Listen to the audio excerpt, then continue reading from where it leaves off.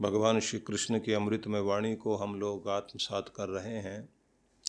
भगवान कृष्ण ने अर्जुन से ये कहा कि मैं गूढ़ गुह्यतम ज्ञान तुम्हें बताता हूँ अर्जुन, सर्वगुह्यतमम भूय शृणु मे परमं वचः। मेरे परम श्रेष्ठ वचनों को जो अत्यंत गूढ़ और रहस्य में है उसे अर्जुन फिर से तुम सुनो।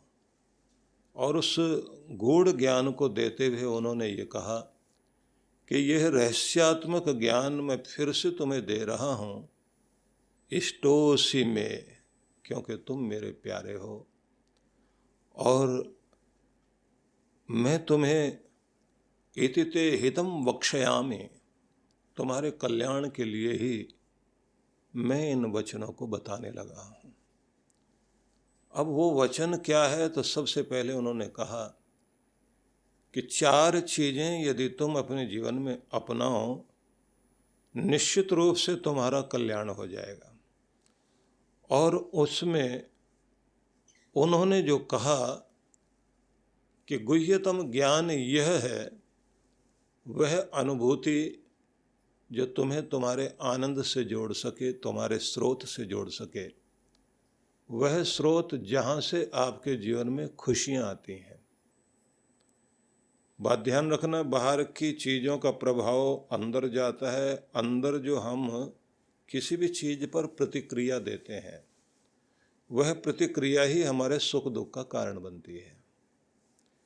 कोई व्यक्ति क्रोध की चिंगारी जो बाहर से फेंकी जा रही है, जब उसको अपने भीतर लेकर और उसे ईंधन देता है, तब वो जलने लगती है। और अगर कोई व्यक्ति अंदर से ये समझे कि ये जो गुस्सा करने वाला आदमी है नासमझ है, बुद्धिहीन है, तो उसकी बात को वो आंतरिक रूप से भीतर भीतर मुस्करा रहा है लेकिन बाहर से शांत है, तो उसने ईंधन नहीं दिया उस चिंगारी को, तो बात समाप्त हो गई। इतनी देर में कोई और आया और कहा, इतनी बड़ी बात तुम्हें कही गई और तुमने कुछ नहीं बोला। इसका मतलब ये है, अगले लोगों को अपमान करने का मौका मिलेगा, तुम्हें कमजोर समझा जाएगा, जैसे को तैसा उत्तर दिया जाना चाहिए। अब आप उसको भी देखकर समझ गए कि ये वो व्यक्ति है जो मुर्गे लड़ाने वाला व्यक्ति है। ये खुद आनंद लेना चाहता है, मुझे तमाशा बनाना चाहता है। ये लाइव प्रोग्राम देखना चाहता है टीवी बंद करके, और मैं इसके लिए तमाशा बनूं। तो वो उसको डांटता और कहता है कि इतनी समझ मुझे है कि मुझे क्या रिएक्ट करना चाहिए क्या नहीं, अपना काम करो जाकर। तो ईंधन नहीं दिया गया। ईंधन नहीं दिया गया तो इसका परिणाम क्या हुआ कि आप अपने भीतर की शांति को सुरक्षित रखने में सफल हो गए। बाहर की चीज़ें हमारे भीतर आती हैं और हमें बेचैन करती हैं। मैंने आपसे कहा था कि हर दिन हमें कुछ किस्तें जमा करनी चाहिए। अब वो किस्तें शांति की है और दूसरी शम दम उपरति तितिक्षा श्रद्धा और समाधान। उसी में दूसरी चीज आती है कि आपको स्वयं पर नियंत्रण करना आना चाहिए।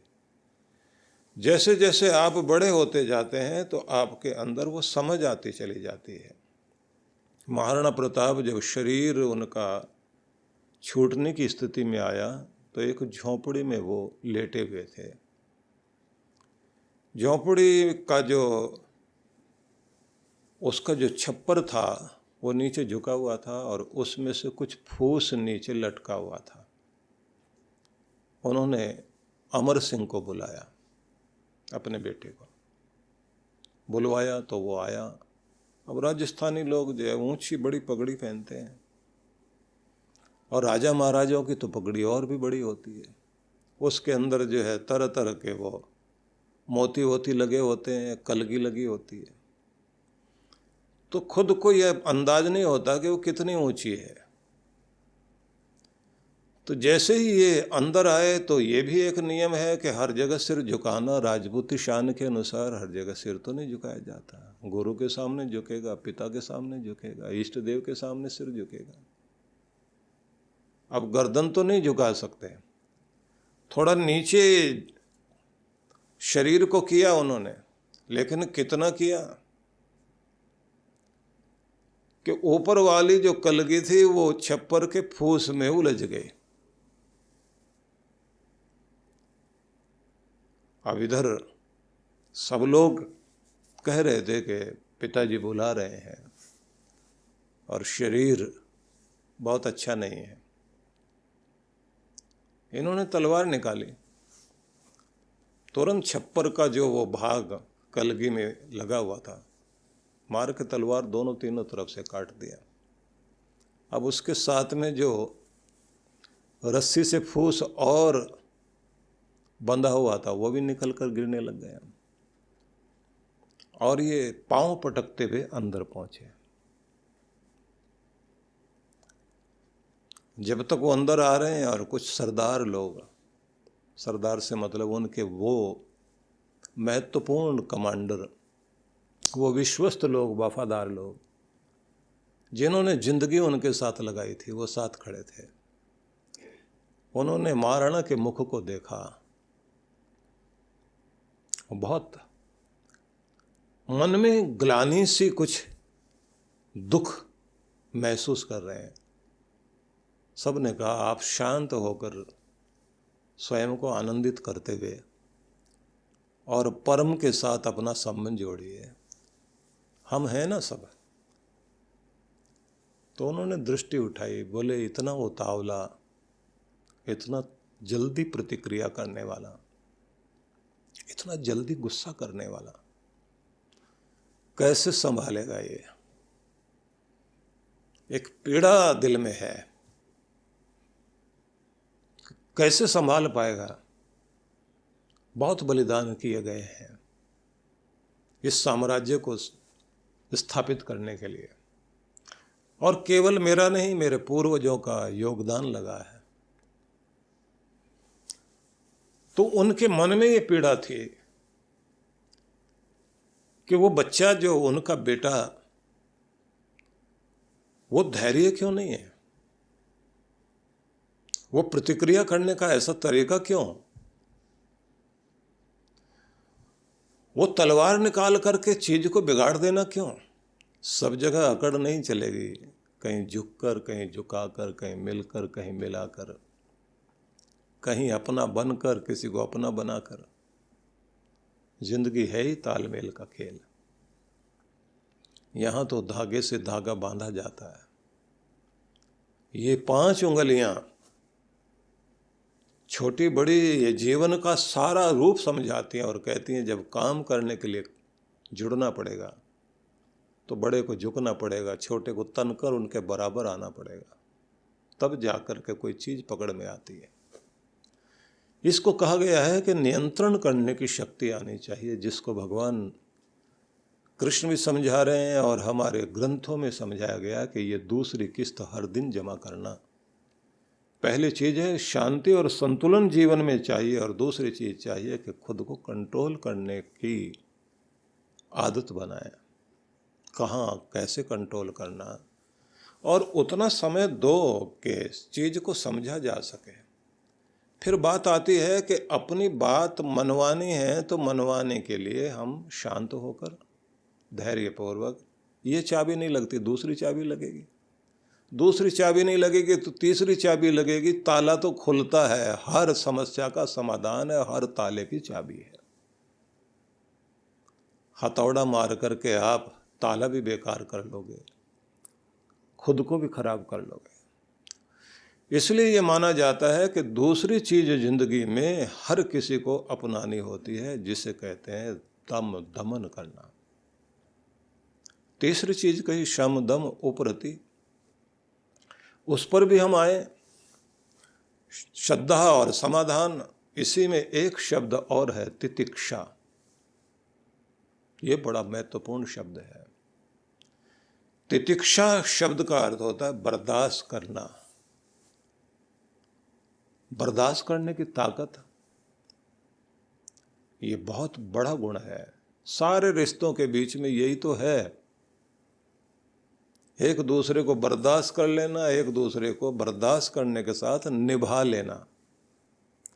विवाह होने के बाद में अगला कार्य चलता है जिसको कहते हैं निर्वाह करना। वैसे तो कहते हैं कि निर्वाह से महत्वपूर्ण है विवाह। एक शब्द है वहन, एक शब्द है वाहन। वाहन जो ढोता है, वहन जो निभाया जाता है, निर्वहन गुजारा करना। विवाह में जो शब्द आता है विवाह, अच्छे ढंग से विशेष रूप से एक दूसरे के साथ जो वहन किया जाए, जिम्मेदारियां निभाई जाएं, एक दूसरे के साथ हम इस तरह तालमेल मिलाएं, जहाँ मंत्र बोले जाते हैं ना, समंजंतु विश्व देवा समापो हृदयानि नौ, मंत्र बोला जाता है। उस समय दोनों घोषणा करते हैं, समंजंतु विश्व देवा, सब देवता सारा समाज सुन लो आज।